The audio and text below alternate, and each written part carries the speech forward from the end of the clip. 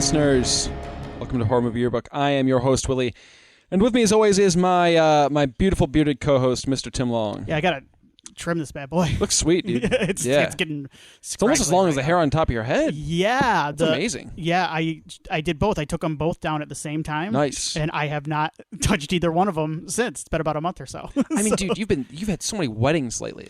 Yeah. Like, you had, like, groom for those. Like, I don't blame you for, you gotta, hey. Yeah, but I haven't hit the reset. Like, my hair was short, and it was, like, too short, because then I realized, like, it's starting to thin in certain places. My hair does not grow as fast as it used to, which is alarming to me. I'm fully aware at some point I'm probably going to wind up with something back here missing, like a John Cena-esque spot. Does he have a spot? Oh, yeah. Okay. Yeah, but I remember it now. Yeah. Don't know. I hope it's a ways off. He started growing like big hair. Like he started growing like lots of hair too recently. I think at first I was taken aback, and then I went, "Oh, that's neat." You do what makes you happy, I guess. Talk about John Cena's hair. Speaking of John Cena, he we're living our dream. I get to see him get killed by Ghostface. In the new Mortal Kombat game. Yeah. So have you watched any clips of Ghostface? In the I've seen Ghostface Fatality.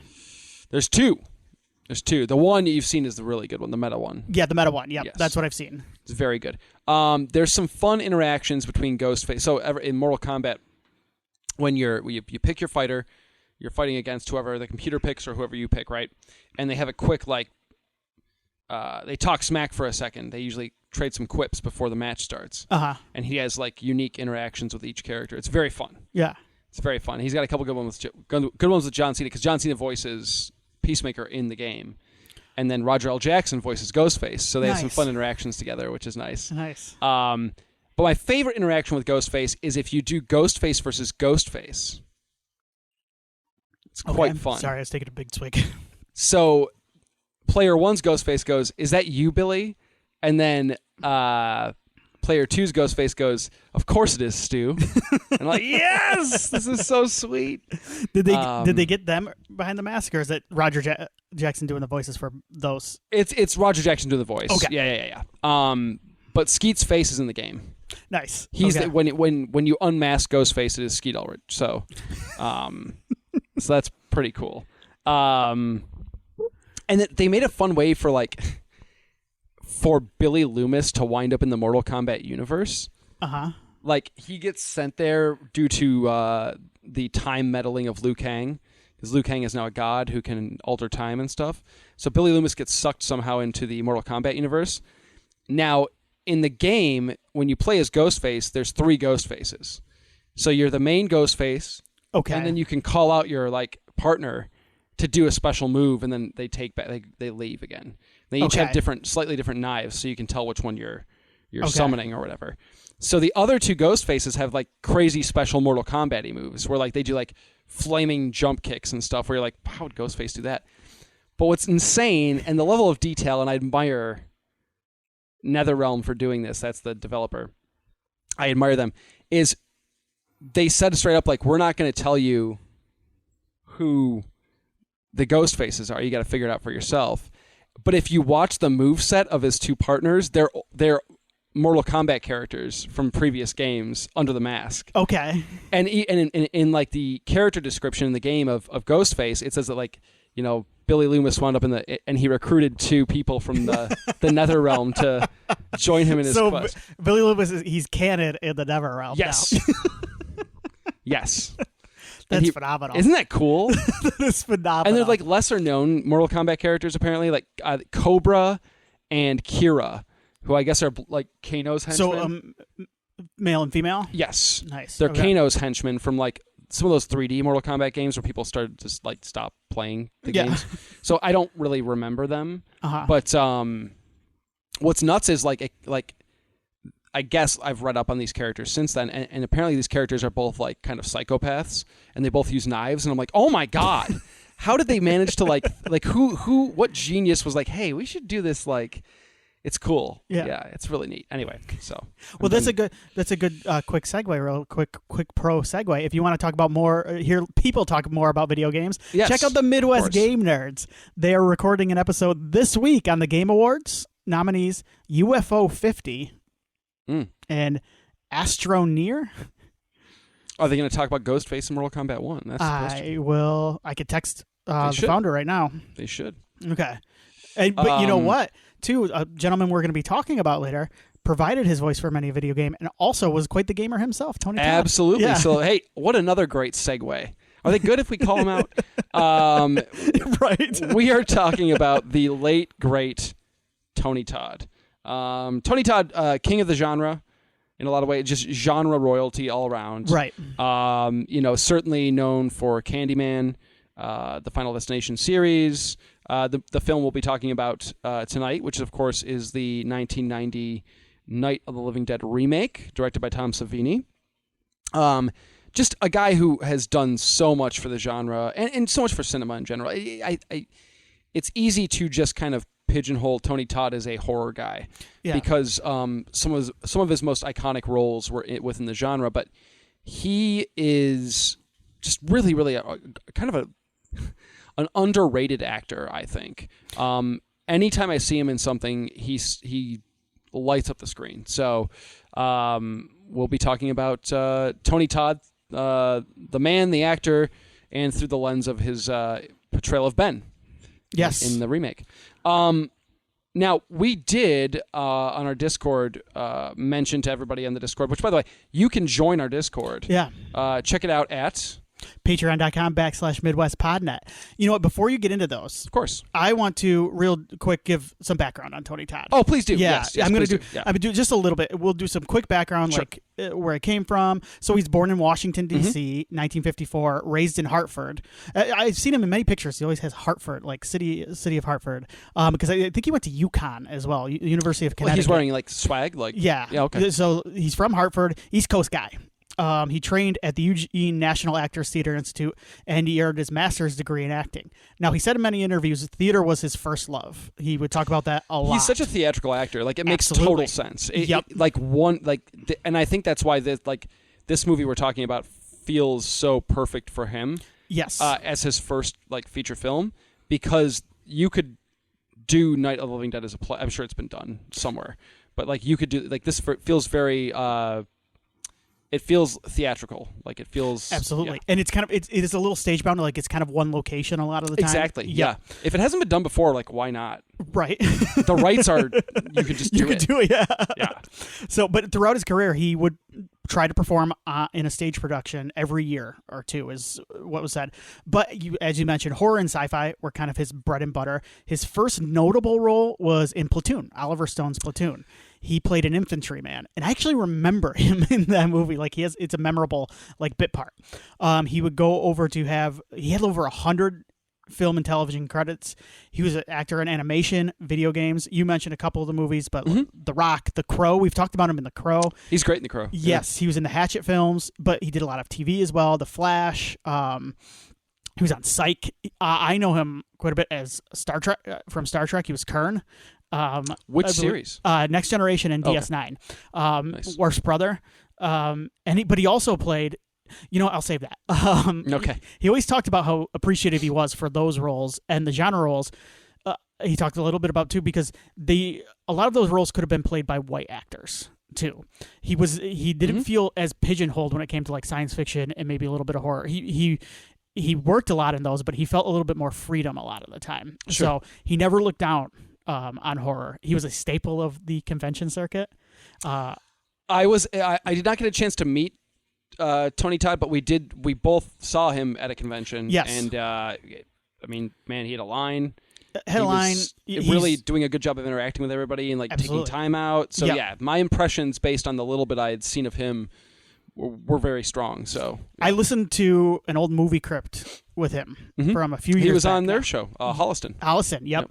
I listened to it was recorded a few years back, and I was going to take notes on it, and then I got lost in it because he's such an entertaining, was such an entertaining speaker. He really is. Also, maybe a little bit of was he a little bit of a convention Casanova? if you will. I wouldn't put it past him. I mean, like he's a smooth son of a gun. He was, yes. I mean, yes. I get it. I get it for sure. But as you mentioned, I would place him as kind of not even really modern anymore, but he fits right alongside kind of those classic horror actors like Karloff and Vincent Price to me, because they did a lot of the same science fiction horror, but they also they always brought a certain elegance, a certain class to it, and I think he is very much in that mold. And I think he created one of the great monsters of all time in Candyman, and that character's owes so much to Tony Todd, right? Yeah. So it's weird because, like, of course we all have our favorite Jasons or our favorite Michael Myers performances, but when you think about Tony Todd, or I guess like Robert Englund, like that to me, that like without those actors in those roles, I don't think those characters would have worked as well. I just don't think so. I don't think so either. I think somehow it was this perfect marriage of performer and character. And that's why those films and those villains are so indelible, I think, with audiences. It's that perfect marriage. So, yeah. So, there you go. Sorry, I just wanted to give a little background. Because then we asked, and we're going to talk about, I think, our favorite performances as well. But we asked you, the listeners, to give us some of your favorite performances, and Willie has our Discord. Yes, I have it pulled up. So Jason said that he does play a great evil henchman in The Rock. He does, which is very true. I haven't seen that in a long time. I've got to rewatch that. It's insane from what I remember, but kind of fun. But he called out the recurring role in the Final Destination films. So, I mean, I think he's in the first. He's in the first two, and then I think it's 3 that skips him. He provides a voice for the roller coaster. That's right. Then he comes back. Yeah, I always like those bits from him in those movies because I'm like, is he Death? I think that was always like the big like. He's kind of like, I think he's described as like Death CEO. So he's like the mouth of Sauron from Lord of the Rings, right? He's like, I'll talk on his behalf, but like we're not. Yeah, okay. Yeah, he's great in those movies. Bruce, of course, mentions Candyman. Yep. I mean, that's one of the great performances in the genre ever. Outside of horror, great in The Man from Earth. Yeah, I haven't seen that one. They had a really high rating when I look at it. I'm not familiar with that one, though. Yeah. I think it's a science fiction movie, yeah. You should check that out. And, of course, his roles as Venom need mentioning, for sure. Yeah. So, he also mentioned he was smart enough to say no to Candyman versus Leprechaun. I didn't know this was a thing. Me either. Sorry. And maybe Bruce is just goofing around, but I don't think he is. I think like Bruce is very well versed in like lost films. Yes, he is. What's the podcast? Screenplay Archaeology. Yes. And so like I need to know more, please. Because I heard you like you stopped in the middle of these because I could tell you were very much like, what? Candyman versus Leprechaun? Well, I don't know. I had not either. read that comment. I did not notice it before, and so I'm like, wait a second. Like, I mean, I'd heard of like Hellraiser and Halloween. That's one of the ones that I think a lot of people are aware of, and of course, like inserting Ash into various slasher, villain properties. But man, I need to know more. That's phenomenal. Dave Steele. Oh, I should mention Brian too. Yes. Brian said Candyman as well. He threw in a vote for Candyman as well. Brian from the Game Nerds podcast, who, by the way, Alex texted me back and said they're recording right now. So maybe we got them to, maybe we planted the idea to talk about Ghostface in their episode tonight. What a crossover. Listen to Game Nerds and find out. But Brian says, I never really watched horror movies back then, so I'm not sure why I even saw it. That's my vote. Yep. Excellent. Dave Steele, yes. Yes, Dave Steele mentioned Candyman as well. He's always so charismatic and great in everything and really underrated, agreed. But I saw that movie way too young and it stuck with me forever. I was like 7 years old, watched it in my parents' bed, and kept imagining a hook stabbing me in front of the bed. Oh my God. That's amazing. And he was avoiding eye contact with the mirrors at his school. Yeah. I mean, Dave also shared earlier, like in the week right after, he has a picture of him and Tony Todd from a convention together. Yes. It's just stating that he was a very kind man when in his interaction with him. So yeah, that was cool too. Cool to see. That's wonderful. Yeah. Yes. Tim. Yeah. What about you? Do you have a... This will actually lead into our favorite. Sure. So apologies to anybody on Twitter, but I did log in. I did tweet out the same question to everybody, and then I went back into check just now, and we have been locked out. Elon has kicked us off. For real? I can't get back in, and then I'll put in the email like that. I think it is. Maybe you've got it up to see if anybody responded. I don't, and nobody had earlier today. Except I'm on it right now. One. Okay, I can't get back in. But Danny, our good friend Danny, he's a Tony Todd fan. He wanted to mention Riverdale. He played. Oh God, I think it was. I can't remember. It was something McGinty. I think it was like Farmer McGinty on Riverdale. Okay. But he also mentioned, and I will agree with, he was on an episode of Psych that was a really fun episode. Okay. He played a detective, and it was an episode with Keenan, and I want to say Keenan from SNL. Keenan Thompson, not Keenan Ivory Wayans. And then I want to say Jaleel White, but they were part of Gus's quartet, the singing quartet from college. Oh, man. And it was a lot of fun. But he was also on an episode of The X-Files that I think is underrated. He plays a Vietnam vet, like a haunted Vietnam vet. And that he's really, really good in that as well. But that leads me to, are you able to get into our Twitter? Yes, I am. Okay, did anybody respond to our question? Because I know we have a couple people who love to respond on there, so I just want to make sure. Let's see what I can. Oh man, I don't know. Maybe I can't. So, what happened to Twitter? It's all goofed up. It is such a disaster. Oh no, it is broken and janky. But I'm not going to Blue Sky or any of these other things. I'm trying to figure it out, but this is not looking good. So that will lead me to, because he did a lot of TV as well. And one of the great compliments I think I can give to any actor is when he shows up. So my wife and I have told you, we've been watching Charmed. We're throwing Charmed every once in a while. Yeah, sure. And he popped up on an episode of Charmed. And I did not know this was coming. I did not know Tony Todd. Like, I didn't pay attention to the credits at the beginning or what. But he showed up early. He may have showed up pre-credits. And this is the biggest compliment I can give an actor as I went, holy shit, it's Tony Todd.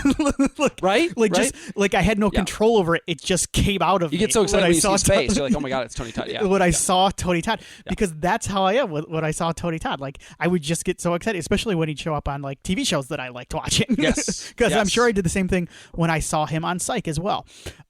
My favorite performance is Candyman, and for me, it can't be anything but that. Like, I think he's so, as you mentioned, I think he's so perfectly cast. I think he brings, he has an elegance about him that I don't think, I don't know how many people could capture that. I'm glad we picked the movie we are going to talk about tonight because I think he's very good in it, and I think it's kind of his breakthrough role.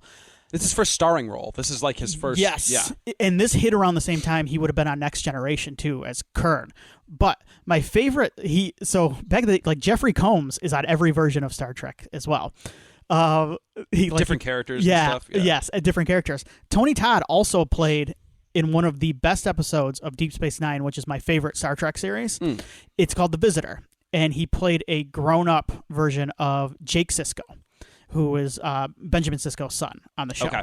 And it's all about like going through a wormhole and Jake living life without a father, without his father being around. And it's this terrific father and son story, and Tony Todd is in it. He's really good. And then like 2 weeks later, he showed up on the same show as Kern, which rules. Which classic rules. Star Trek. Yes, absolutely. Because they can just throw him in makeup. Yeah. But that is kind of what he, like when he mentions the freedoms of science fiction for him, was that. Like he could play one role he could play. And the other thing too is he auditioned for the role of Sisko on Deep Space Nine, the role that eventually went to Avery Brooks. So it was kind of like almost like a full circle moment for him as well. So those are some of my favorite performances of Tony Todd's. What about yours? I mean, it's gonna be a little boring, but it's Candyman for me. He just,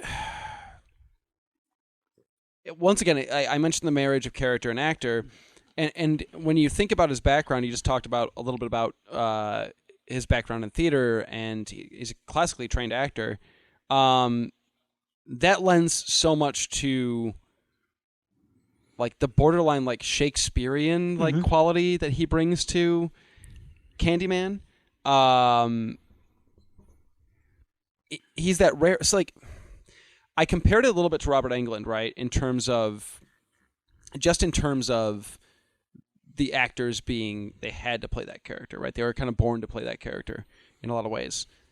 That's where the similarities end, though, because Candyman is like the one slasher villain I can think of where I'm kind of like, yeah, like I'd probably be like drawn in by this person. Like I would get too close to this person and get killed for it. Yeah, like you're running from Freddy or running from Jason or whoever. But like Candyman, like he could sucker me into like, oh, you seem like a cool dude, like pretty suave. Like let's go hang out and have a beer, and then he'd like murder me with a hook. So he's got that. There's a seductive quality to his performance that works so well, especially against Virginia Madsen's performance. And yeah, it's just great. I think this like the big opera style score and stuff too. Oh yeah, the whole thing is like a big gothic romance. Yes, and, yes. I also want to mention. Perfectly. Yeah. It is the perfect storm of creative decisions that work together in that movie. I do want to mention though his participation in horror noir as well. Oh yes, thank you. Yes, because I think it's him and help me out. Gosh, I'm like blanking right now. Keith David. Keith David, yeah, who I also adore. Yes. Also royalty in the genre. Absolutely. And the two of them just like. It's a fantastic subject matter. This is a documentary, by the way. We've talked about it before, so it's on Shudder, I think, still at this point. I think so too. Yeah. And it's about. I really do think I'm gonna like. If you haven't seen it, I think it's one of the better horror documentaries. There's a lot of horror documentaries now, like a lot. Yes. And all of them are. I like a lot of them, but this is, I think, top tier. Yes, yeah. Especially if you are looking for something with kind of a historical bent to it. But yes. Yeah, those two are so good together, and like, yes. I think they both bring a lot of. They ever work together? Yes, they have in Platoon. Yeah. Oh yeah. Oh yeah. They are both in Platoon. Platoon is an amazing movie, because I think it's an incredible movie, but also because like every single like member of the platoon, including characters who have like one line of dialogue, are played by actors who would go on to do like much bigger roles and bigger things. Like Johnny Depp is in Platoon. Yeah. It's weird. Like John C. McGinley's in Platoon. Like there's like so many. Yeah, it's so cool. Anyway, but yeah, so horror noir is worth a look. Thank you for mentioning that. Yes. And it's nice to get his. I think if you're going to pick two guys who could like speak to that subject matter and be experts, it would be those two. Like absolutely, they're the perfect pairing. So yeah, he will be very missed by the horror community, certainly. And yeah. And speaking of that, I do want to read a couple of tributes from people who worked with him, and then we're going to jump in the time machine and we're going to talk a little bit about Night of the Living Dead. But first up is Virginia Madsen, who worked with him on Candyman. She said, co-star. Yep. A truly poetic man, a voice that made it easy to swoon. Thanks to Bernard Rose, we really created a gothic romance. It's why the film lives on. A gentle soul with a deep knowledge of the arts. He enjoyed the fans and was never shy when it came to fans approaching, wanting photos. A rare actor who allowed himself to be open to the public attention. Wish I had seen him on the stage. I will miss him so much and hope he haunts me every once in a while. Tom Savini. What a sweet. That was really good. Man, oh man. That's honestly, I don't want to like rate these. Kind of beautiful. Like, yeah, there was a beautiful post by her. Tom Savini said, was casting Ben for my Night of the Living Dead movie. Lawrence Fishburne had audition. Eric LaSalle had. Wow. And many more, but I wasn't satisfied. Tony Todd walks in and we gave him the script. He walked in 5 minutes later without the script, knew all the lines, and produced tears. I closed the book and said, this is Ben. Joe Lynch, who we talked a little bit about, they worked together on Holliston.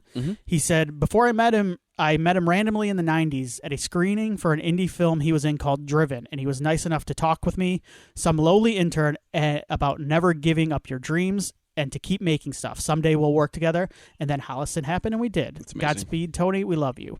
A couple more here. Adam Green, his co-host. Heartbroken, a voice and presence like no other, a hilarious, funny human being, the greatest, most sincere laugh, a dear, dear friend. Tony took a chance on me not once, but 3 times. In 2005, when I asked him to be in Hatchet as a minor role, but I assured him he would be a lead in the sequel. He believed me and said yes. Who knew then it would ever come out, let alone be successful enough to warrant a sequel, but he believed. His Rev Zombie character went on to become one of the best characters in the entire series. A year after that, he was a guest star on Holliston playing a terrible version of himself. He immediately took the chance and agreed before we ever shot a frame of the show. I'll miss you so much. We all will. Sleep well. And then finally, Bernard Rose. There have been thousands of zombies, hundreds of Draculas, dozens of Frankenstein's monsters, 10 Jason Voorhees, 9 Michael Myers, 7 Leatherfaces, 2 Freddy Kruegers, and 1 Candyman. Tony Todd is immortal. On your way, brother. Awesome. So there you Love go. it. You ready to hop in this time machine? I am, yes. Now that I'm like emotionally like charged. So those by are these. pretty, yeah. Oh my gosh. Yeah. Yes. Time machine. You got a sound? Give me a sound.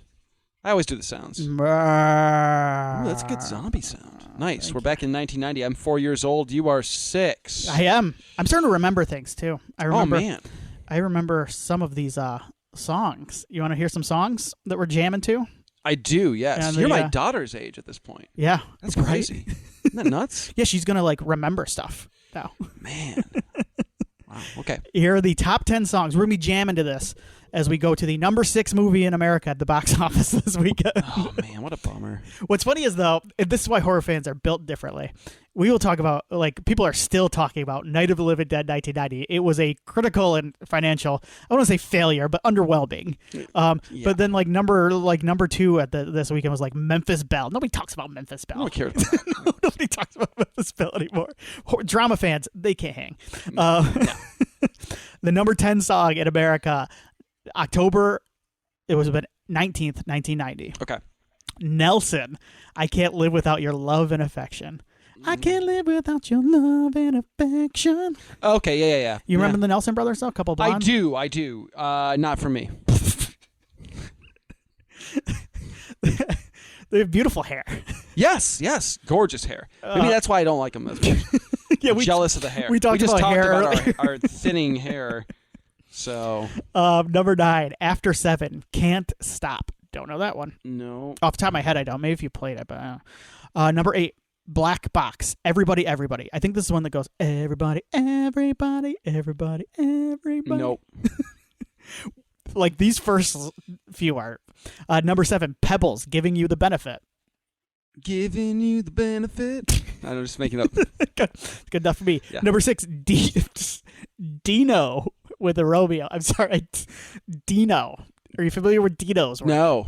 He's the dinosaur from Flintstones. Yeah, that's what I was thinking, right? He had a song called Romeo. Apparently. Nice. Could he talk? He couldn't talk. Maybe it's dog sounds. Maybe it's like a techno song. Maybe he's DJing. Okay, he's nice. DJ, nice. Yeah. Number 5, Maxi Priest, Close to You. I bet you if I heard this song, I would know it. Close to You. Maxi Priest, of course, would go on to sing. He was with Shaggy. It wasn't me. Oh my gosh, you're right. Mm-hmm. That was the Carpenters I just sang, by the way. Yeah. We're finally going to get to What Do You Know? Okay, let's hope. Number 4, Ice Ice Baby by Vanilla Ice. Oh, yes, a classic. Different. Yeah. Different than Under Pressure. Yeah, totally different song. That always made me laugh, though. Like his breakout song, Ding, ding, ding, ding, ding, wound up costing him a lot of money, I think. So. Yeah, and he never really hit. Well, he had ninja rap, and then do you remember when he did his gangster rap phase? Yes. And I remember his metal phase. Oh, he had a new metal. Too cold. Remember that one? Did you ever see New Metal Vanilla Ice live? Was he at any of the festivals you ever went to? No, I'm sure he played harpos at some point. But no, I did not. Can you imagine going to a Vanilla Ice show at Harpo's? Yeah, I can. Yeah, I heard old Rob is difficult to work with. So yeah, he was on one of those. Remember those VH1 shows? I can't remember which one it was. It's Real Life or something. Oh, that's right. Yes. Yeah, that's right. And he had like a home improvement show or something for a while. Oh, did he? Yeah, he would just smash stuff with a sledgehammer, and then he'd be like, "All right, now fix it." That was like the premise of the show. Like, Vanilla Ice is going to save my house, and then he would come in there and just bash everything up with a sledgehammer and baseball bats and stuff. Interesting. And then like the actual crew would come and be like, "Why did you do that?" Like, this could have been easier. I'm going to seek this show out. Hopefully it's streaming. I'll look it up for you. I'm sure. This seems like something got like on Tubi. I'm sure. I'll figure it out. Number 3. So this would have been like George. I feel like this was like George Michael's like 10th single from that album that had like Faith and stuff on it. Praying for Time. I don't know this song, but every song on that album was like a giant hit. Isn't that crazy? Yes. Yeah. Like this song I've never heard of was like the top. Like a top 5 song this week. Number 2, Janet Jackson, Black Cat. So, someone I used to, I don't want to like, but someone I am very close with used to listen to this song every time he played hockey. He would get pumped up for it as a young man. Okay. He would crank this. It would go, Black Cat, Night Life Short. It's a good song. It's from her Rhythm Nation album. Oh, that's a good album. Good album. Yep. I don't know the song. Black Cat's kind of sick, though. I can't remember. There's a guitarist. I think maybe Slash played guitar on it. Don't quote me. Oh, sweet. Yeah. I like Slash. Me too. He's cool. And then number 1, James Ingram, I Don't Have the Heart. So I'm going to play this for you because I think you're going to recognize it. I don't have the heart. I don't have the heart. Yeah, that's a good song. It is a good song. Yeah. So I remember a lot of these songs as they came out. So like someday your daughter is going to remember like the top songs of this week probably. Oh man, I don't know what they are. And they will, and she will be hosting whatever the version of podcasts are in 20 years. Oh man. Well, 20 years, that was generous of. Yeah, how old do I? Do podcasts exist by this time? Essentially, podcasts will become like what AM radio is now, if they haven't already.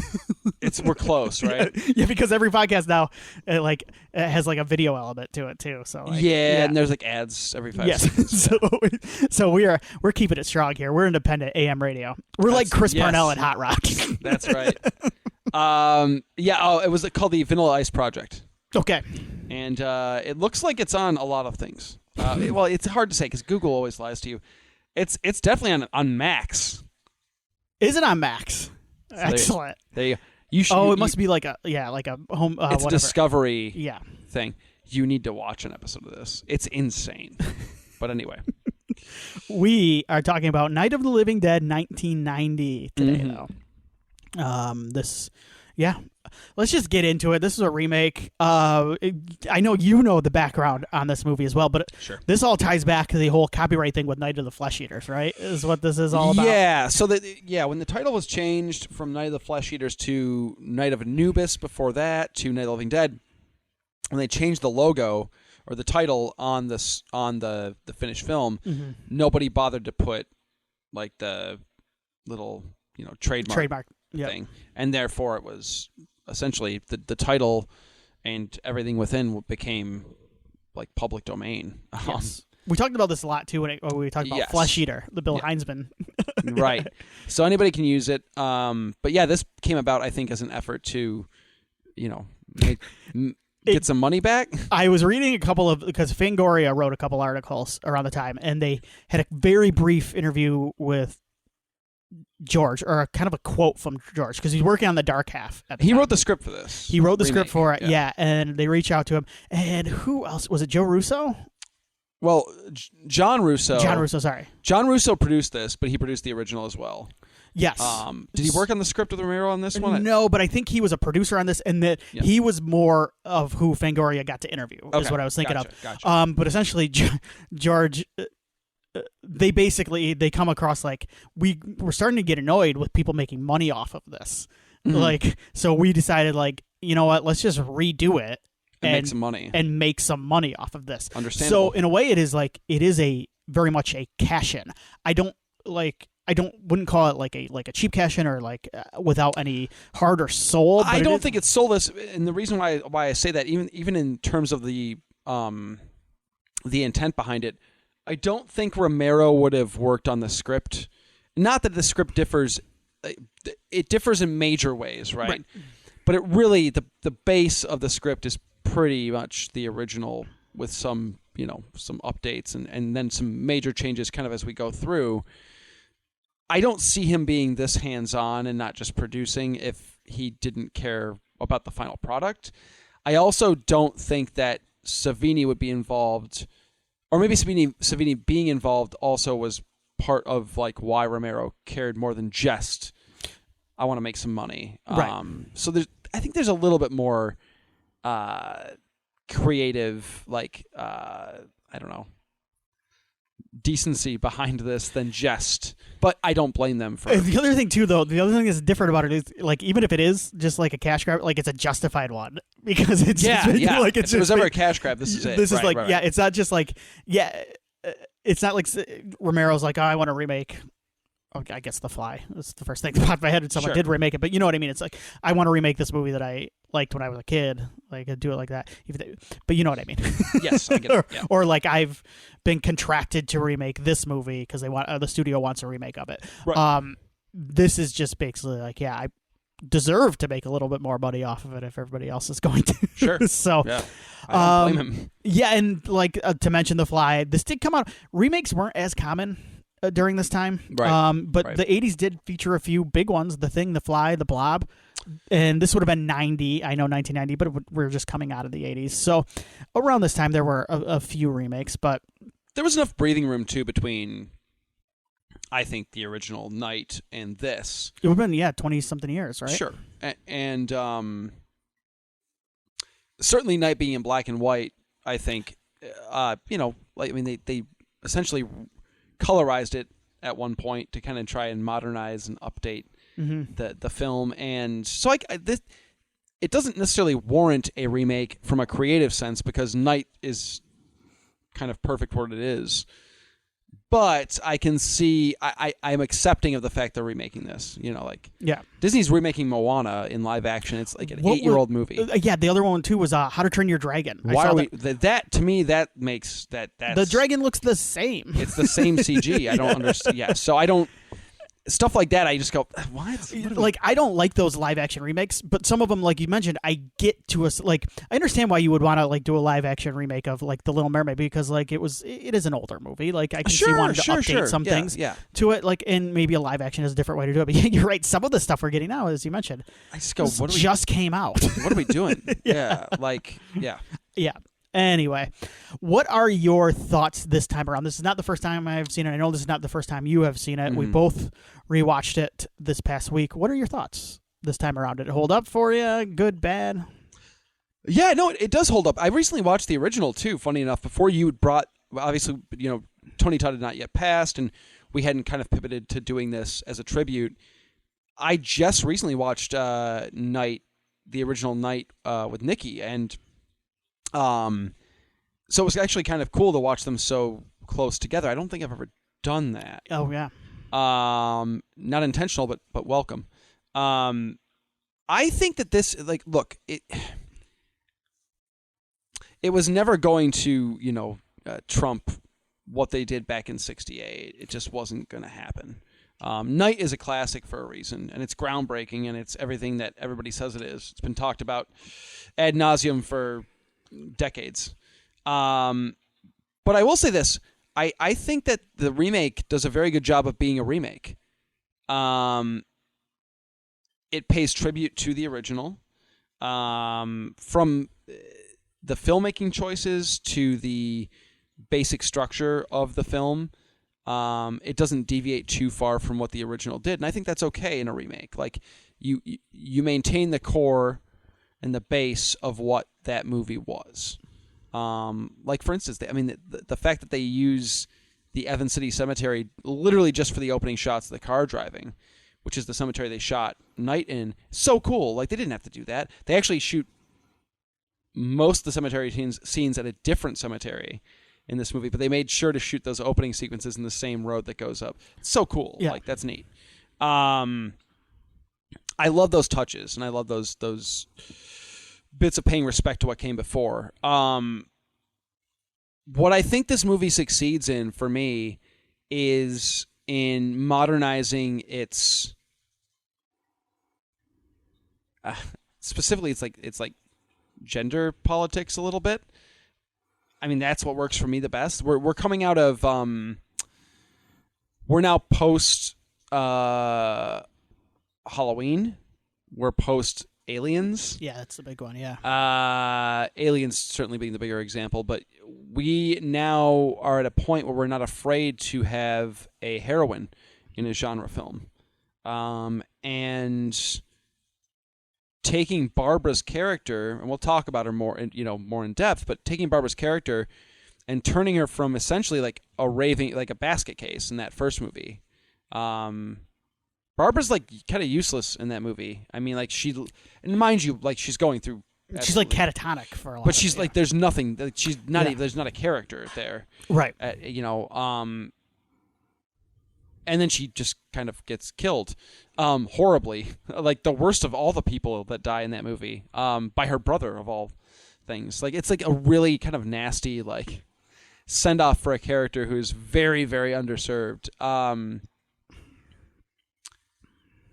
it works for that movie because the movie's so mean. But it is a mean. It's a mean movie.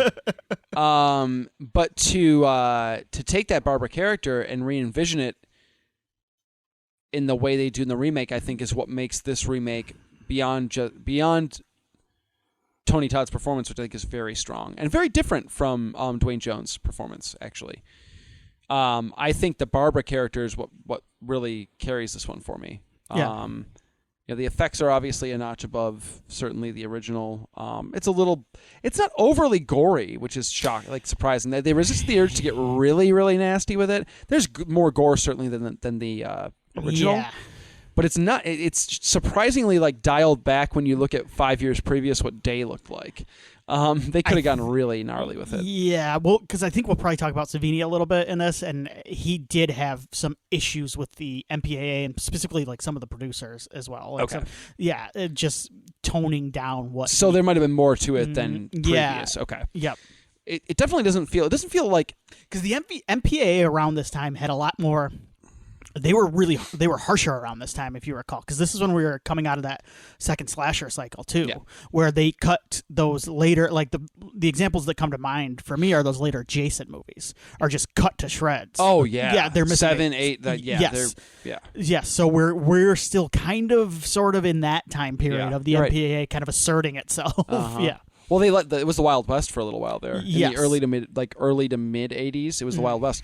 And they finally were like, we better get a handle on this. This is getting kind of... And I'm sure Savini had a name. And the other thing, too, and Savini mentions this, too, is like he didn't have... Romero wasn't on set a lot of the time, so he wasn't there to do the fighting for him. I don't know if Romero would have even done it, but he wasn't there to kind of help with that. And Savini's talked about that a little bit in interviews too, because he was shooting, I think it was The Dark Half at this time. Yeah, that sounds right. Yeah, so that was another thing is like he wasn't able to deal with him, and I'm sure Savini had a reputation with the MPAA by this point. Yeah, well, and he's a first-time director, right? Absolutely. I mean, he certainly has the knowledge of having been on film sets for so long at this point that, I mean, he understands the role and the job, but he hasn't been a director yet. Mm-hmm. So I can imagine it was tough. It was an uphill battle. I can see that. What I will say is I don't think it damages the movie. I don't think so either, yeah. Yeah, and the reason why I say that is because, like, quite frankly, the original Night is not...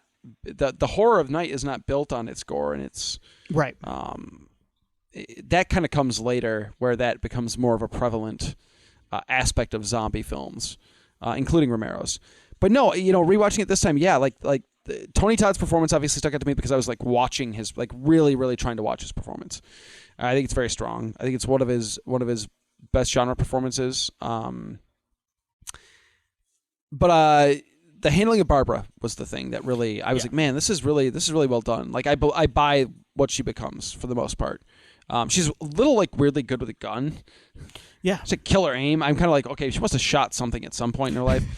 So I just buy that. But other than that, no, like I love her growth and her strength and how she, instead of like snapping and going catatonic, she snaps and does the opposite, where she's like, I'm surviving. Like I'm not gonna die here. Like I'm done. So yeah. And I just thought ultimately it's I think weirdly enough, like Romero wound up with two pretty strong remakes of his films in Night and Dawn. Yeah. I think Dawn certainly makes more of an effort to be different and do its own thing and tread its own path. But Night is a really strong remake in trying to update it for a 1990 audience, and I think do a better job of portraying a female character than Night is able to do in '68. So yeah, I enjoyed it. I've always enjoyed it. So yeah. Yeah, and I do think, I don't know, Romero, the female characters in his movies, I think, are usually pretty solid, and Night is an outlier in some ways for me. As I think back, especially in the Dead films, I would say too. I think Fran starts off a little bit Barbara-esque, yes, towards the beginning of Dawn, but by the end she really becomes a force of her. Yes, that's kind of what I'm thinking of. So anyway, I watched this a bit ago. This is like a classic like cable movie for me. It was on all Showtime and stuff. Yeah, all the time. Like, and like in my head, I have like commercial breaks built in, but it also, a lot of those '90s movies also kind of look like cable movies to me. Some of them, maybe it's because I watched a lot of them, but I still like this movie. I will say this though, this time around, is the middle really drags for me, and it's a lot of the back and forth between the characters, and I think that's by design in a lot of ways. But screaming about the cellar, they're screaming at each other all the time about the cellar, and at some point it does become comical for me. Where like, are they still going on about this? I think Savini. I'll talk a little bit about Savini. I think he's good here. I wish he would have done more. I think you can. Excuse me. I think you can see a little bit like a first-time director shining through here. I think some of the issues I have with this movie is, I think really the only thing I guess it does differently is, the Barbara character is really the main difference. It doesn't do a ton different than the original. It also doesn't have a lot to say beyond Barbara, and I think that's disappointing for me in the greater view, grand scheme of things, of Romero Dead movies. I gotcha. And I wish, there's part of me that wishes that Romero directed this, but I don't like. This sounds like such a slight to Savini, who I think does a decent job here. I think he's solid. Where Savini's strengths is, I think the siege scenes are pretty good. I think the siege scenes are pretty good, and I think like the last 20 minutes are really strong. Kind of an epilogue almost. Yes. Yeah. And I think once that action gets going, Savini's good at that. He didn't go on to do much outside of a couple of segments. I think he did a segment with on one of those Romero anthologies. Yeah. He did one on like the Theater Bazaar. I feel like he did some TV, but like directing wise, and he had a very bad experience on this too. That probably is why he didn't. Yes, he felt like the movie wasn't his in some ways, and I believe he was also going through some personal stuff at the time. Okay. I think like separation, I think would have been around this time too. So I think Savini had some personal life, but he does not look back fondly on the experience of making this movie in a lot of ways. And I feel badly for him because I think he does a good job, and I worry that it kind of affected his maybe his confidence moving forward, because I would like to have seen him do more, because I think he has a decent handle on some stuff. It's a strong first. Yes. Yeah. Yeah. And this is not an easy. The other thing too is this is not an easy first movie. You're remaking a classic, and by that point, it was a classic, a cinematic classic, not just a genre classic, it is a classic in film. Yes. Yeah. I do think the two lead performances are strong. And I think they carry the movie. I think this is solid, and I like watching. It's like one I like to revisit every once in a while, like when I don't want to revisit the original. This is a decent one to just kind of throw on and revisit. What we want to do real quick though is I kind of like doing the character by character thing. For sure. I wouldn't mind sticking with it. We don't have a ton of characters to talk about here. No. Do you want to start with Ben? Yeah, so I do. Tony Todd's great. He's phenomenal in this. And I think why Tony Todd, he understood the assignment here. Yeah. This is not the same Ben from the original. Now, mind you, did Ben in the original Night of the Living Dead make mistakes? Was he hard-headed sometimes and stubborn sometimes to his own peril? Yes, he was. No question. But this Ben is portrayed even, there's a little bit more of that. He's kind of a hothead, too. He's a bit more of a hothead, and there is a little bit of a because him and Barbara have more interactions in the second and third acts, right? So remember, like, Barbara is like catatonic and like throughout like 85% of Night of the Living Dead, the original. She's not. She's an active player in this entire thing. Like, she's involved in conversations. She's involved in the dynamic between Harry and Ben the whole time. She's a voice, right? The thing is, she's a voice that's constantly being squashed by every man in this movie. Yes. And that includes Ben. Yeah, I'm glad you brought this up. He's gentler about it than Harry. Mm-hmm. But every time she poses, because she knows she can go to him, right? There's two authority figures in this film, and they're both men, and it's the two of them, right? They remove a little bit of the racism stuff here. That like the under but I think that's not that racism doesn't exist in 1990. It still exists today, unfortunately. But it's less of a hot button issue at this exact moment in history as it was back in like 68. And Romero has mentioned many times, like, that wasn't his intention when he was writing the 68 script, but it's something that that obviously occurs when you cast a black actor like you did in 1968. Yes, like, in 1990, casting a black lead is not as... Yes. Right. So there's not as much of that dynamic with Harry and Ben, I don't think, as it is just Harry's kind of a big dickhead, and Ben is like, I recognize you're a big dickhead. The difference is with Ben, and I think that it's a fine line to walk for Tony Todd as a performer, because he has to feed into the idea that Ben is not listening to Barbara, despite the fact that she's got like all the best ideas out of anybody in this house. But still make Ben likable and sympathetic enough to be also like one of our leads, right? And he has like the exact same notes on Ben. Yeah. Right. And he is one of our leads, right? And he is still likable. And part of that is just Todd's charisma shining through. But even though he's gentler than Harry in his like just absolute lack of wanting to listen to any opposing viewpoints or different viewpoints, he's gentler with Barbara. That's the difference, right? But it's still condescending, and it's still... He's talking to Barbara like she's the Barbara from 68. Yes. She's not.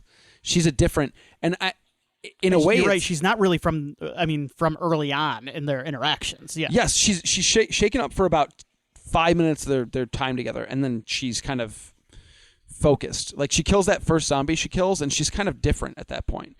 And she makes almost the conscious decision of like, I'm a survivor now. Like, this is what I'm going to do. But it's interesting because I think that that's very much by design, that portrayal of Ben being different. And I think Tony Todd knows that, and he's able to walk that fine line between making Ben really not our lead in this version, like not the hero of this version, but also making us root for him and hope that he succeeds and survives, right? I think the movie's kind of clever in its structure, because when he comes in, you kind of do think he is going to be, as in the original, he's going to be the lead character, and he's not. And I think Todd is very good too as Ben, because Ben starts to crumble too. Like, that's kind of the fun stuff with Ben. He's a mess by the end of it. By the end of this, like, he's the hysterical one. Yeah. And I think Todd is incredibly good. He's so good in this movie, and all his performances too, is like acting with his eyes. Yeah. Oh yeah. And you kind of watch him kind of become more manic and crumble as the movie goes on, and as the situation gets worse and worse. The sequence at the end when he finds the keys. Yes. My God, it's so good. Yeah. Yeah. Yeah, I'm glad you mentioned that, like how he does have that tightrope to walk of being kind of sending it, but still, like, you still want to root for him, because, like, yeah, I don't think he means it. No, I don't think it's that he's not like, oh, you're a woman, don't. It's not that. It's just, it's him wanting to be the leader and be protective, and what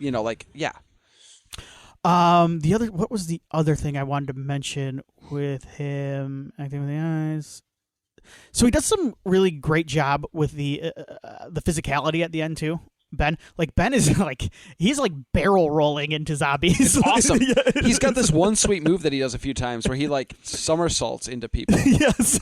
It works. It does. It does. It's a go-to move. Yeah. You know how like fighters and wrestlers have like go-to like moves they go to all the time. Yeah, the signature thing. Like signature moves. Yeah, like his rolling somersault at zombies is like his signature. It's awesome, move. Man. He's like Sonic the Hedgehog. He's like rolling up in a ball. You know, it's great. I mentioned this earlier, but there were a couple of other actors that tried out, and I'm curious to hear your thoughts on. Because you got to remember these are 1990 versions of these actors as well. But Forrest Whitaker, Eric LaSalle, and Lawrence Fishburne. Can you see any of them in this role, or is there? So I'll say this: I would have Lawrence Fishburne would have been interesting to me. I think he's the most interesting choice of those three, especially at that time. Yeah, I would agree. Yeah, I don't. Forrest Whitaker, man, like I love Forrest Whitaker, but.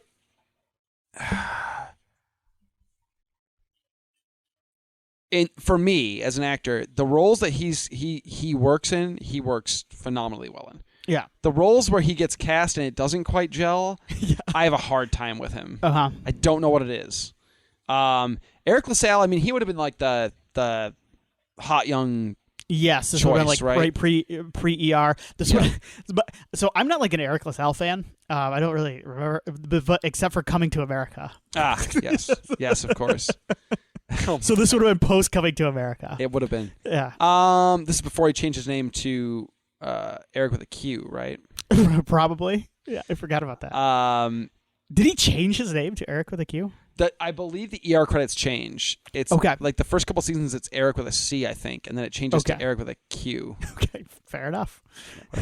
All I remember is he fist pumps like that, and the so it's like the hype part. It is kind of sick, right? Yeah, it's sick as hell.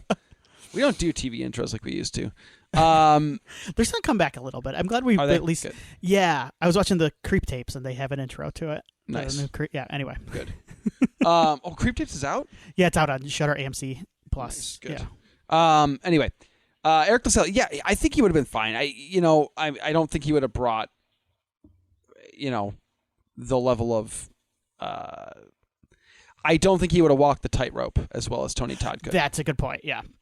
For me, Fishburne is the most interesting alternative. Like that's the only one where I'm like maybe I like it, one of those alternate universe things. Like I would like to maybe have seen a version of this with him. Yeah, I wonder what that would look like. I don't know. I mean I don't know. I would watch that. How about that? Like I'd be interested to see that. Yes. Anything else about Ben before we move on to Barbara? I don't think so. I like the ending. I like the twist on that he winds up returning as a zombie.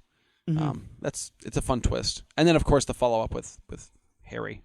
So yeah, no, I like all that. Barbara, we already talked about her a bunch, but Patricia Tallman, she went to college with Tom Savini. That's how they knew each other. Yeah, she did a lot of stunt work. She did a lot of stunt work. She was also on Star Trek: The Next Generation. She Babylon? was a 5. I believe. Babylon 5. She was a actress in Babylon 5. Yep. She did like stunt double. She was a Gina Davis stunt double as well. Beverly Crusher was who she doubled for on. But she was a stunt woman for quite a long time. Yeah. Yeah, that's kind of her like longest running kind of job in Hollywood was a stunt woman. She's really good. She's really good in this. Yeah. Why did we not see her in more stuff? I don't know. I mean, the movie didn't do well, so I guess that could be part of it. But like, man, she's like really good. I like her performance is like super nuanced, and I buy like what really gets me with her is like for as much crying and catatonia as Barbara has in that original film, I feel so much more emotion from this. Like I feel every bit of what this character's going through her performance in this. And she's like everything I love in a heroine in this film based around that performance, because like I think oftentimes, especially when it comes to men writing female heroes, they often find the need to make their heroine either weirdly like wimpy, or more often weirdly cold and like emotionless and like a killing machine. Yeah. There's that's neither one of those things is real just because the character is a woman. Right. Like yeah, there's probably female killing machines, and there's also female wimps, just like there's men and men, versions. But like most, like our strong female hero doesn't need to be either one of those things. Like I love heroines that are like exactly like this, or like a Ripley from Aliens, where it's like, yeah, they feel stuff. Like yes. but they power through it because they want to live. They want to survive. Like they have a goal. I feel like we had a run of what you were talking about, like the badass character, like in the 2000s. Like we had a lot of like female characters that felt like you ran them through an AI program. You just typed in, "Hey, write a badass female woman. Character," and like that's what an AI version of that would spit out instead of like you mentioned, like what a human would write. Well, like the Resident, like I'm not trying to knock Mila Jovovich, but like the Resident Evil movies, like that character's like there's nothing going on there. Yep. She's like gritting her teeth and grimacing at things and fire. Like there's like maybe there's a moment or two in the first one where she gets a little bit to do, but that's about it. Mm-hmm. Otherwise, she's just like the Terminator. Yeah, and that's not interesting or fun. And like, why do we? I think I think there's like it might be subconscious, but I think like male writers just don't know how to handle a female character that's like powerful and strong and like kicks ass sometimes. I think there's some really, really I think James Cameron's great. Cameron's very good at that. Yeah, I mean Sarah Connor, Ripley, yes. like he can handle that, right? But that's rare. He's the exception to the rule. Like, and to me, she reminds me a little bit of Sarah Connor in the first Terminator in this movie. Yes. Kind of her journey by the end of it. And I don't know if I would have, if there's one, I kind of would have liked to have seen a sequel following her character. Dude, 100%. Now that she's like become who. Oh, it'd be so cool. Like, if they made a Dawn sequel where she happened to be one of the characters in the mall, I would be all over it. Like, I would love it. I'd be, or just a sequel. Whatever. It doesn't have to be that. But like, dude, she's great. Like, I cannot say enough about, this is certainly a tribute to Tony Todd, but like, I'm gonna sit here and say like Patricia Tallman like makes this movie for me, honestly. Like, yeah, she just, her reaction, the one that always gets me before I pass to you is that it's her reaction when she's wandering through. There's no dialogue. She's completely alone at this point. It's that epilogue sequence where she's wandering through like the field of zombies, right? And she like looks over and she sees like people being eaten by the zombies. Because we haven't established that at this point in this movie. Like earlier on, I think in the original, they like the news broadcasts are like, oh, they're eating the flesh of the living. Like that's not established until like she sees it. And like her reaction to that and then kind of recovering from that, like composing herself. And then she bumps into that zombie, that like a old woman zombie that has like a teddy bear. And she like starts breaking down. Like that whole thing works for me. Like it's so, yeah. There are a couple of moments, and we talked about it a little bit off air too. But there's a great moment too where she points out how slow the zombies are. It's so good. It's a great moment. It's like this like kind of like meta moment too, but for lack of a better term. But it's also like it's her pointing out to these morons, like, why don't we just run by these? Just walk past them. Just walk past them, which hadn't really been done at this point. But also, there's another great moment. I think it's important in this movie that the female character does this. So the men are screaming at each other for a long time in this movie. About the cellar. And that's why it becomes hysterical. And she finally tells them to just like shut up. Like stop. She tells them stop screaming at each other. And I think that's one of the important steps in her journey into becoming a leader is like saying like we have to stop screaming at each other at this point. Enough. Like stop doing this. And I think that's part of the like you mentioned, the kind of the gender politics and themes of this movie is in that moment right there. That's the part where she kind of takes charge. I like the ending of this movie quite a bit. That's where it kind of ramps up for me too. And I like how she's become hardened by the end of it as well. It ends on her like kind of staring in the distance at kind of the horror of what she's witnessing with these kind of rednecks that are, treating these zombies as entertainment and stuff. It works, but she's not disgusted or shocked or anything. Like she's just like, this is the world I live in now. Like, this is it. Here we go.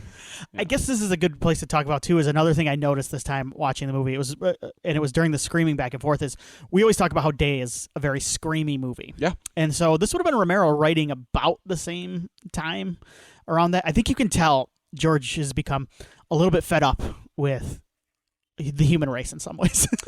Like, by this point. Yes. I think there's a very cynical edge to both Day and this version of Night.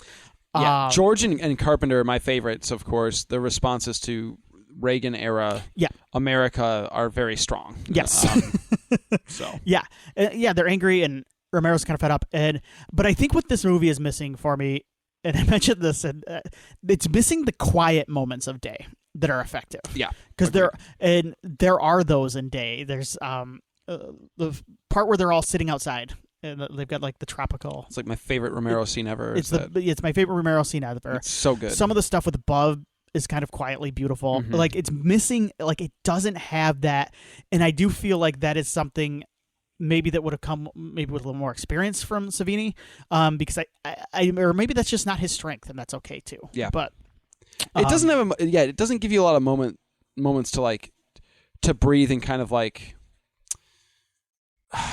reflect on what's going on, or give the characters a moment to do that. But and I'm thinking of Dawn too, as well now, like the moments where they're sitting around the mall. Yep.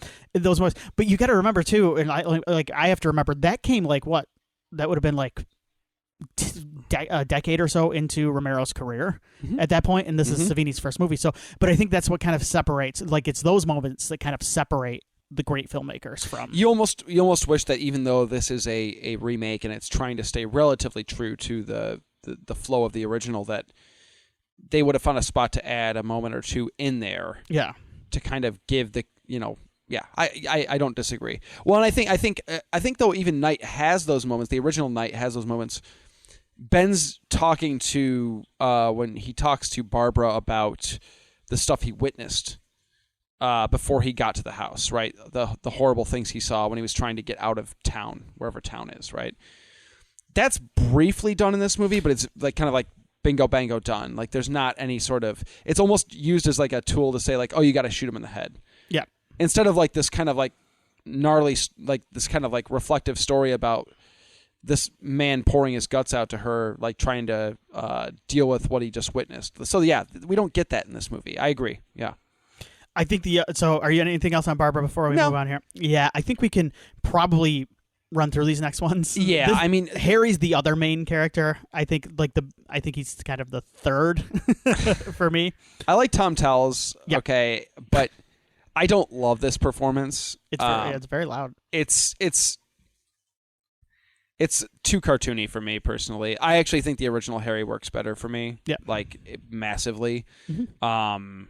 He's playing a caricature of that Harry for me. Yeah, it's too manic and too goofy and too over the top, and his dialogue, which I guess is the fault of Romero, some of the stuff he says is just like way too silly for me. Is he the one that says lame brain? Yep. That's a great lame brains, yo-yos. He calls everybody yo-yos like 6 times in a row. That prompted me. Do you have any other like insults you'd like to see come back? I really love lame brain. Lame brain's really good. Butthead's been lost. Butthead. Yeah, I like Chucklehead. Oh, that's good. Dunderhead. Yeah, I've said Dunderheaded a few times in my life, and I felt. I've called people nincompoops. Yeah, that's good. Nimrod. Nimrod, yes. Yeah, Nimrod's good. Ignoramus. You ever call anybody an ignoramus? No, too big for me. So every once in a while, like Bugs Bunny would say, like, "What a maroon." And then I forgot to look up before we got on the podcast. I don't know if I should use maroon because a lot of that old Looney Tunes stuff is just like super racist. So I don't know if don't quote any of that. Maroon might be racist. So maybe I got like Tex Avery was because I've said that before. I've said like what a maroon, and then I'm like, wait a minute, wait a second. Should I be saying that? So I don't know. I did not look it up. Not intentional. If Tim offended anybody, he didn't mean to. Yes, I will remain an ignoramus in this aspect. I love that. But yeah, Harry is just like he's all about the seller. Too broad for me. Yeah, he's just like, and he's part of my least favorite stuff in the movie. So yes. Tom. Sorry. Can we just say the rest of them aren't characters? I mean, like the performances are fine. They suit that. I'm not dissing the actors. Even Tom Towles, I'm not dissing. He's just doing what he's doing, I guess. Yeah. But the rest of the characters in this house, like, they're not. There's nothing. Not that they're like. Are they coming from like a wedding? What's that? Or are they coming from like a wedding? I think so. Yeah. There's not a lot going on in the original Night either, to be fair. But in this one, because this is almost like Night at 1.5 times speed in some ways. Yeah. It's more of an action-y version of Night. We don't even get those small moments like between Tom and Judy, right? Like there's at least one moment in the original Night with Tom and Judy. They're sitting down together and they're kind of discussing they have their big plan. They're going to go get the gas pumps and fill up the car. We all know how that goes, right? But there's a moment, like a quiet moment between just the two of them. The score is really pretty, and they're kind of like they're like young kids in love, and he's trying to console her in the best way he knows how. We get none of like there's not really any of that going on here, like and same with Harry's wife. Like even in the original, she gets moments where she's able to kind of be a little more heroic and like kind of break away from him more so. She doesn't get a lot of that in this one. Yeah. She's kind of relegated to the cellar. So I don't. As Harry wants us all to be. Exactly. Yes. We should all live in the cellar. So I'm not trying to fast forward through the rest of the cast, but there's just not a lot to talk about. Like the only other one I wanted to mention real quick is Johnny from the beginning. Sure. Yeah. Of course. Yeah. Bill Moseley. I love Bill Moseley. Yeah. He says they're horny, Barbara. It's pretty good. Now we're in the 80s. Well, not 90s. Well. I think the 80s it's probably. Shot in the 80s. Shot in the 80s. So that's how you know we're in the 80s. We're in the modern times because he can say horny. He gets an undead boner joke. Yeah. The head bump is really good. It's sweet. Yeah. Yeah. It's actually one of my favorite parts of the movie. I do think there's a missed opportunity. I will say this. So in the original, I keep comparing, but I think that's fair. That's fair. Yeah.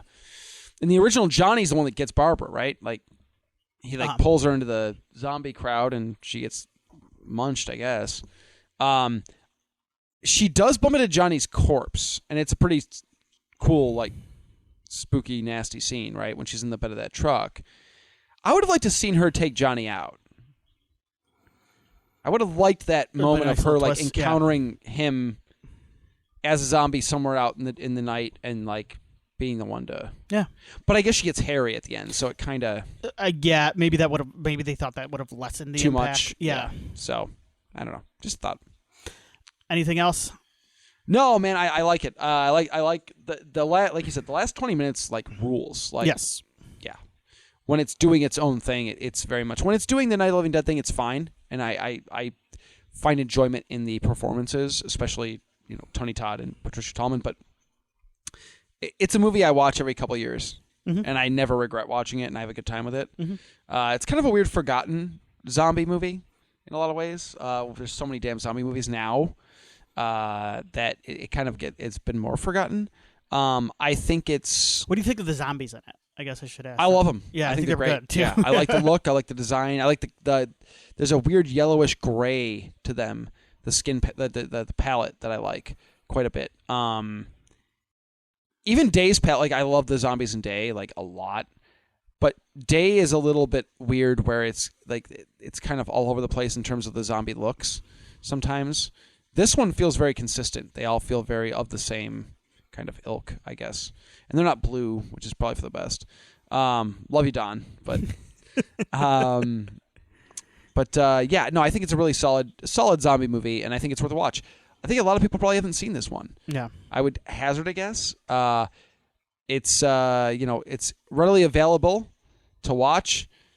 Yeah. I watched it on a very popular site where you can watch videos. It begins with a Y. It's just on there. Yes. Somebody uploaded it and nobody's taking it off. Yeah. So just throwing that out there. Yeah, I think it's on a couple other services too. But yeah. But, if you're looking for, yeah. There's worse ways to. Yeah, well, that one that starts with Y sometimes is the most convenient if you're. Yeah, out easy and about. peasy. Yep. I'm in the same boat as you. I like this. I like this movie. I have my complaints and I've gone over them here, but it's honestly it's kind of a nice comfort watch at times. I don't know. It's a nice easy watch. I think it's because the Romero stuff is generally so heavy. Yeah. Like Dawn is long. I don't always want to sit down and just watch Dawn of the Dead. Like I love it, but I don't like. You got to carve out some time for Dawn. And there's some heavy stuff in there. Day is heavy. I kind of like the score of this one too, because when you're talking about Day, I like the score in this one too. It's kind of funky at times. Yeah, it's cool. It feels very like it's paying homage to some of the that era of what like when Night came around. But it's doing its own thing. It's some funky stuff going on here. I like some of the score. Like the very end, the score is really good at the end. Yes, it's really good. Yeah. All right, we had said we were going to do Club Dread last time, and we're going to do that. I forgot about. But like it's been so long since we announced that like when you mentioned it before we recorded, I'm like, oh, that's right. Cool. But I wanted to talk about Tony Todd. Yeah. And I'm glad we did. But we're going to do Club Dread now. Yes. And I think I want to run by the one after you. So our Christmas episode will be after Club Dread. Mm-hmm. And so I think I might end up buying Terrifier 3. I knew you were going to say it. Yeah, do you want to do that one for the Christmas time? Do you think you can fit that one in? If I give you we'll talk off air. Anyway, let's put that on the maybe pile, or we can do P2. Oh my God. Let's go Terrifier 3. Okay. No, I'm down. Yeah, if you want, we'll work it out. We're gonna do Club Dread next. Yes, and then we'll do Terrifier 3 afterwards. Yes. Yeah, that'll be our Christmas. I got to catch Nikki up. She has not seen Terrifier 2. We watched Terrifier 1 together. Did she like it enough to watch Terrifier 2? She liked it more than I did. Oh, interesting. Okay. So, she's a big Art the Clown fan. Do you want me? Do you want me to bring in? Oh, I don't know if I'll see it. We'll talk. What do you got? I've got Terrifier 2 if you want it. Oh, you do? Yes, on Blue, I believe. Yeah. Well, Blue. Or 4? Sweet. I think it's on something, right? It might be on 2B as well. Okay. I feel like all the Terrifier. Anyway, we'll talk about that off air. But yes, next time it's going to be Club Dread. We need a vacation. It's starting to get cold around here, so we're taking a vacation to Club Dread. Hey, it's perfect timing. We wanted to talk some Broken Lizard as well, so we will do that next time. So thank you, everybody. Stay scared.